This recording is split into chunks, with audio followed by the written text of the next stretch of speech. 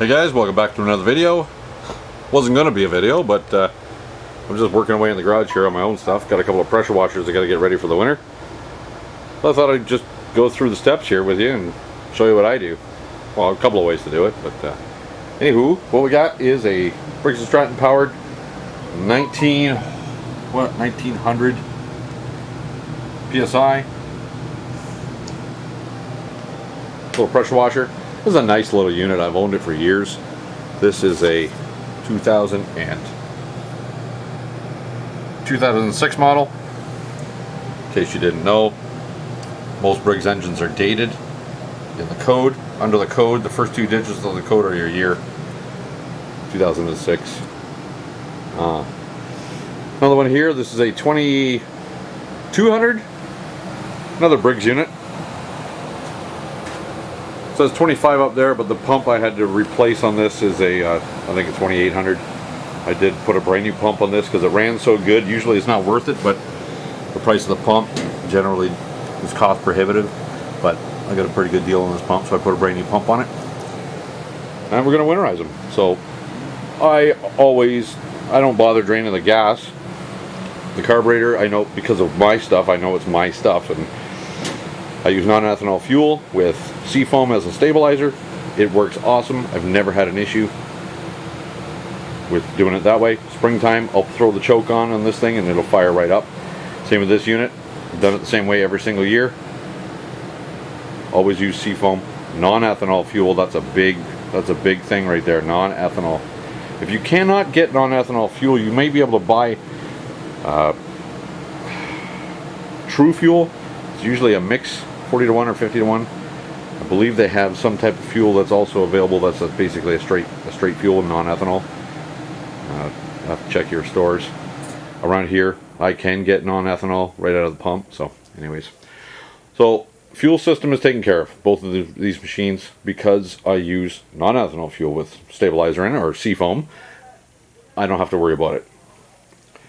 What I do have to worry about is freezing this pump. A couple of ways you can go about this. This new pump, I definitely don't want to freeze it and crack it.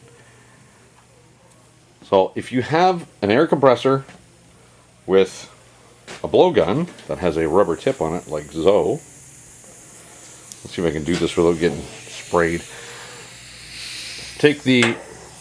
On the inlet, usually there's a filter. Where did this one go? It is. It's part of the hose gasket, the hose washer. There's a little screen. Take that out. Stick your blowgun right in there. Give her a good shove.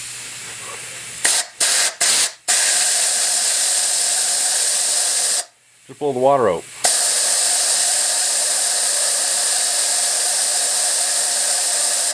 You don't want super high pressure because this is the inlet side. This would only be actually garden hose pressure coming out of your house. So you don't want too much pressure there. You just blow it. Let most of the water come out. And that should be good. This one here, here's the screen on this one. We'll do the same thing. The outlet is way over there though. You may not see it. Maybe. Oh yeah. Lots of water coming out of that one. Just low pressure, just let it blow the remaining water out of the pump.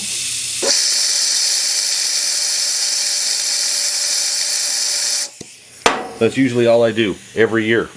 Well, now this machine is relatively new to me, but I've had this one for, well, 14 years. 2020 now, so I've owned it for a while. Never had an issue. This year, I'm going to do something different. Picked up some of this. Well, wait for the glare to go away. Pump saver. Can't hurt. It's an antifreeze and a lubricant. It's pretty straightforward. Let's see if I can just set you down here instead of getting tripod and all that crap out. Oh, look at that. Wonderful. So, I'm going to put that screen back in it because I need the gasket.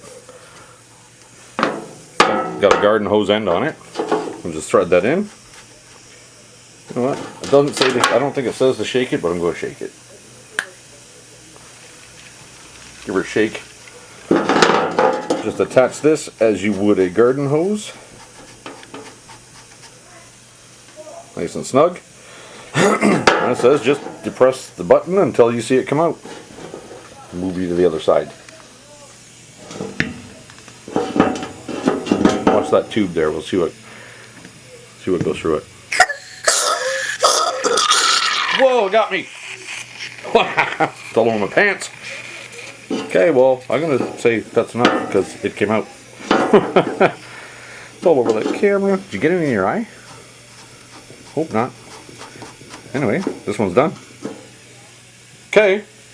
Doesn't take much at all. Moving on.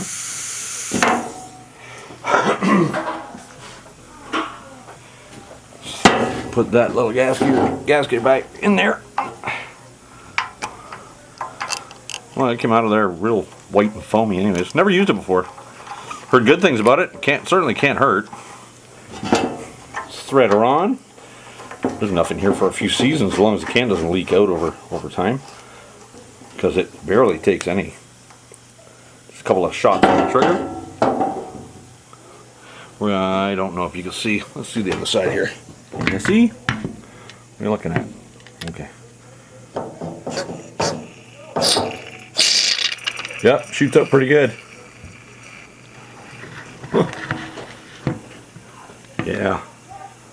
It's all over the place. Anyways, just want to make a quick little video here about these. Seems to work okay. As far as the hoses go, what I do is I blow them out with a compressed air, but you don't need to. Let's see what this stuff is like. Feels actually kind of smells like washer fluid, but it's like oily. Huh. That'll stop your relief valves and everything, regulator springs and plungers and stuff from sitting over time. Anyways, back to the hoses. I pull the trigger and hold the other end, same blowgun. I just blow the air out of them. The other way you can do it is if you just out in the yard, if you hold the gun up straight up in the air, pull the trigger and hold it high above your head. Just need to just slowly coil your hose up as it's dragging along the grass, and it will drain the water out. Hose is a little more forgiving because it's flexible. So if you do have water in there and it freezes, it will remain flexible enough that it's not going to split it. However, the gun itself, the trigger mechanism and the plastic gun, they can split too. They'll freeze and they don't have much give in them. The pump's got all kinds of brass and aluminum parts in it. Usually this style of pump will split right down underneath in the bottom here.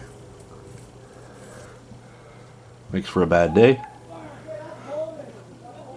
Pump is a couple $100, $190 Canadian here, ish, something like that.